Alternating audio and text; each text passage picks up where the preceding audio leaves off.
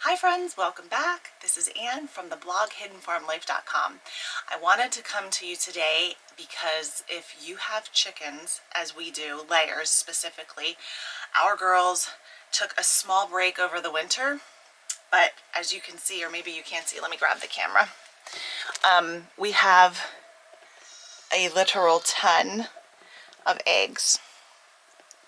All of these eggs, and I'm keeping them in our cold storage room because we are underground and the temperature remains, pretty constant down here. So I thought, what am I going to do with all of these eggs? We don't wash them because they still have the bloom on them, so they are okay down here at a constant cool temperature. But I really do want to use them and I want to try to preserve them. So I thought, what am I going to do? I'm going to make homemade pasta today, and I thought, let's bring you guys along. So I need some eggs, and I also keep our wheat berries down here. I need to grind some flour for the pasta, and I thought you guys might like to see how I do that. So let's do that. So as I said before in a couple previous videos, we're keeping all of our grains down here in the cold storage room in these 5 and 6 and actually 4-gallon buckets. They're all food grade. Some of them have gamma lids and some of them just have airtight lids. I shouldn't say just because that's sufficient. Today I need some wheat berries. This is hard red wheat, and I just take it upstairs in this little container. I scoop out, several scoops, whatever I need, that I'm going to grind, and I will take this upstairs to my flour mill and grind the flour upstairs. So let me seal this, grab some eggs, and let's head upstairs and make some flour. Okay, if you hear some whimpering in the background, it's Ruby with her toy. There she goes. She got it for Christmas and she loves it, and it's a great entertainment for her. So back to making flour. This is my Nutri-Mill Grain Classic. It has been so easy to use and I love it. I use this thing so many times, probably 2 to 3 times a week depending on how much I'm baking. And like today, I want to make more flour so that we can make this pasta. And this is these are the wheat berries that I got downstairs from the storage room. All I have to do, this is plugged in, all you have to do is take the lid off, pour your grain into the hopper, and select the coarseness that you want. This all comes with the manual. I select the coarseness and the motor speed, and then as it grinds, it all is reserved in this flour reservoir down here. So let me go ahead and grind this up, and I will show you when it's finished what it looks like.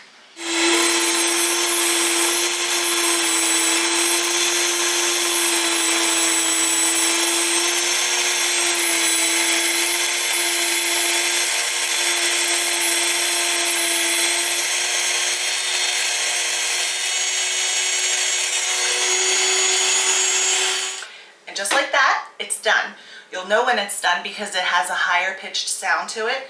The hopper is empty. I turn it off with these knobs the same way I turned it on, and I wait for the motor to stop. Now I'm going to pull out the flour reservoir. I give it a little tap. This little sponge is like a little filter. Now remember, these were whole wheat berries, so your flour from this is going to have the bran and everything. It just grinds it right up. And then here we have, this reservoir holds 24 cups of flour. So I'm going to put this in my bucket of the little bit of flour that I have left from last week, and we're going to continue on with making our homemade pasta.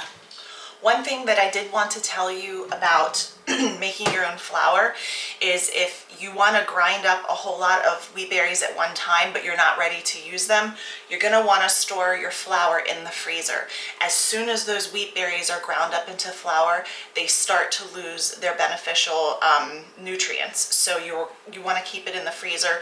You can put it in 1-gallon size freezer bags, and if you don't bake a lot, I keep mine, if you can see from the sun, mine is filled right to here. This is a, I believe, 5-gallon bucket, and I will probably go through all of this week. So I just keep mine in my newly created pantry, which there will be another video on that coming next week, I believe. Anyway, you want to keep only the flour that you're going to use immediately in your pantry. The rest of it, as I said, if you know you're not going to use it immediately, keep it in your freezer so that it remains nutritious and it doesn't degrade so fast. So this recipe, I am going to use my food processor. I don't want to use the mixer. I like to save the motor on that if I can. And I have the professional 5+ series, so it's a workhorse, but I still would prefer to use this. This is really old and it has served me well. I do need a new one, but we're going to use this today. So this recipe is super easy. It is 2 cups of flour. So I'm going to put 2 cups of flour in here, and as you can see, I don't know if you can see, that's kind of, it's not coarse, but you can feel the bran in it. So 2 cups of flour go into the food processor, and then I'll put this over here, and then we're going to use, I keep all of my spices and salt and things like that in jars. I'm going to use about a teaspoon of salt. This is pink Himalayan salt. I buy this in bulk, and I just keep it in my pantry in a mason jar, and these, I never have any problems with it. So that's 2 cups of flour, 1 teaspoon of salt, and then those eggs that we had downstairs in the storage room, we're going to use 3 of those right into the processor. And like I said, this is a way of us preserving these eggs and using things up before they really need to be used. But as you saw, we have a ton of eggs, and pasta is always always eaten around here. So I'm going to go ahead and whiz this up, and I will fast forward this part for you, and then we'll get moving with the rest of it. And I did want to stop here and say, if I don't know if you can see, let me turn you around a little bit. Pasta is about feel, and with fresh eggs, depending on the humidity, the day you're making pasta, you want it to stick together. Now this is pretty sticky, but I have some water ready if I had like smaller eggs than I do. We have pretty decent sized eggs, but if you had a smaller egg or something, I mean, you can't, when you have your own laying chickens, you just have what you have. So I'm going to whiz this up some more until it forms a ball and it's not so sticky. I may need to add a little bit more flour to this. Since it's fresh flour, it absorbs the liquid rather quickly.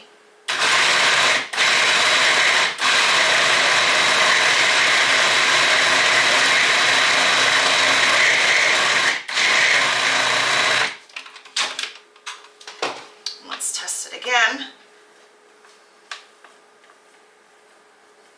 So this is just a little bit sticky for my liking, so I'm going to go ahead and add just a smidge more flour.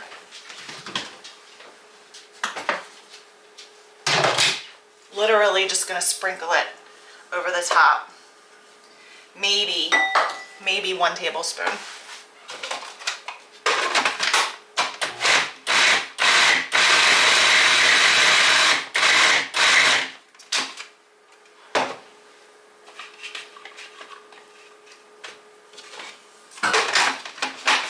We're getting there.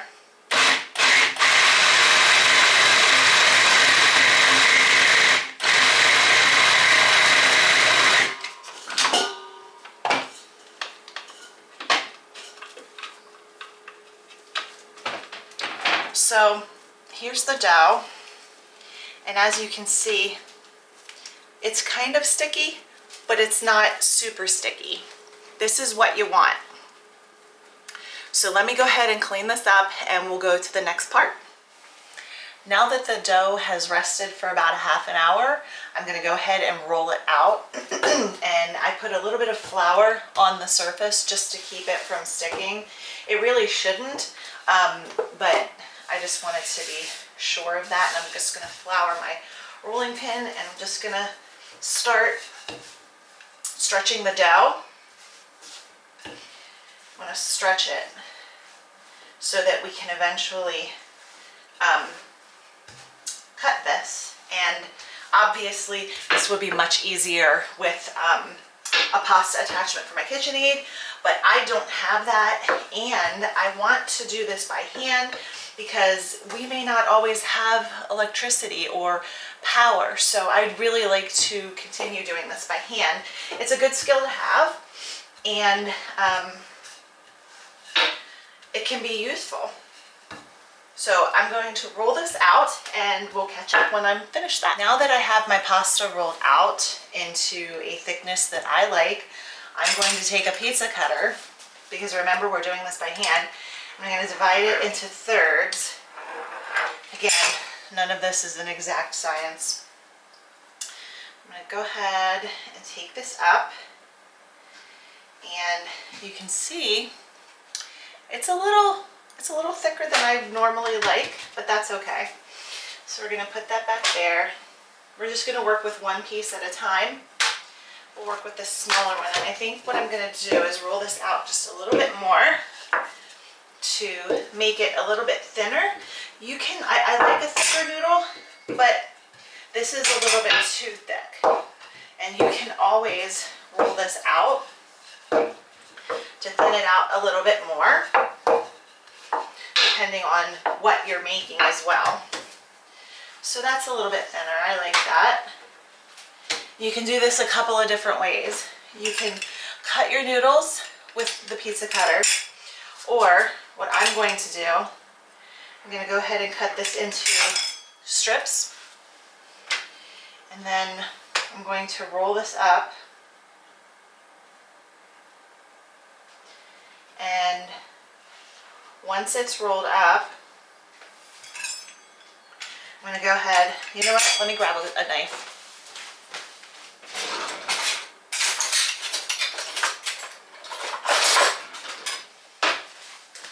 I'm going to cut this into noodles.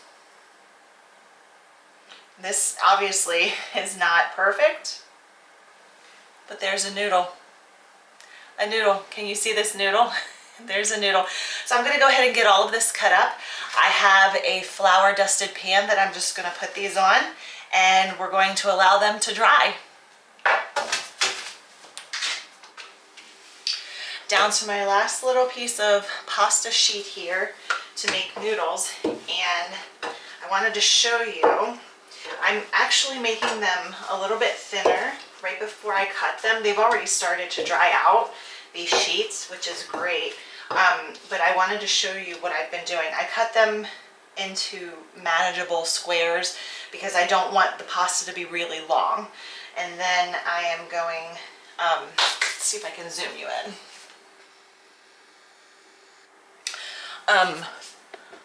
Remember, I'm learning how to use the camera.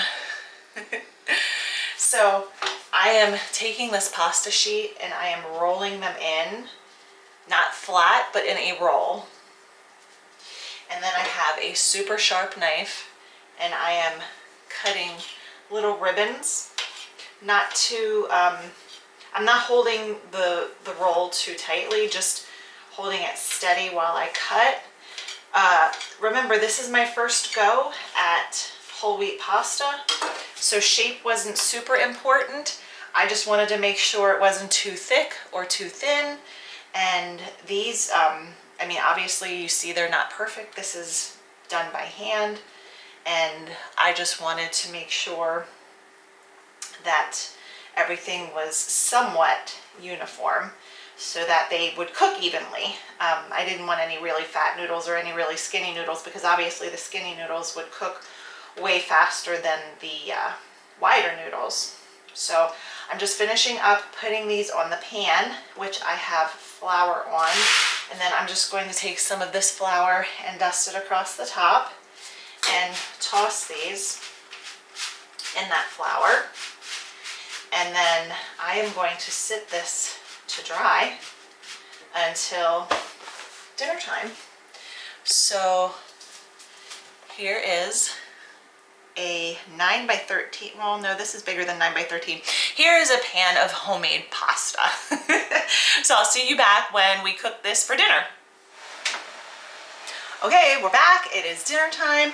I have put in my Dutch oven a jar of that Aldi marinara sauce that we really like, and to that, hold on one second,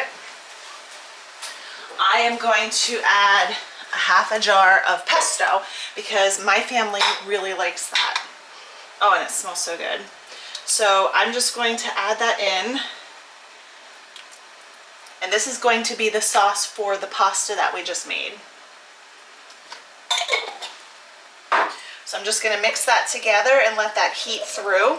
I also have a pot over on this other side of salted water that I'm going to cook the fresh pasta in. And fresh pasta, if I was just making it now, you really only have to let the pasta dry for 15 minutes. And once it's dried for 15 minutes, you can cook it in less than 30 seconds. It literally cooks so incredibly fast, and it's because it's all fresh ingredients. So I'm gonna go ahead and heat this up. I'm gonna cook the pasta, and then we'll come back and show it all plated together. Now when you're cooking fresh pasta, you want the water to be at a rolling boil before you put the noodles in. And you want to keep stirring because you don't want them to clump, okay? Especially when they're fresh and they're not completely dried, they will stick together. These are, as you can see, plumping up a little bit in the water. This is salted water. I used pink Himalayan salt. And I'm just going to cook these. Once they're all floating, then they will be done, and it won't take any time at all. And here is dinner. This is the, I guess it's thicker than fettuccine, thicker than linguine, but it's homemade pasta. I combined it with the sauce, with the pesto and the marinara. I sprinkled a little bit of Parmesan on top. Let's give this a quick little taste. It is super hot.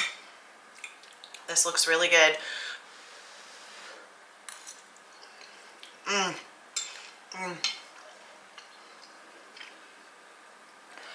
That fresh pasta makes a huge difference, and it literally took, I mean, I had a larger amount that I had in the pot, so it took about 2 minutes. Honestly, that is so quick.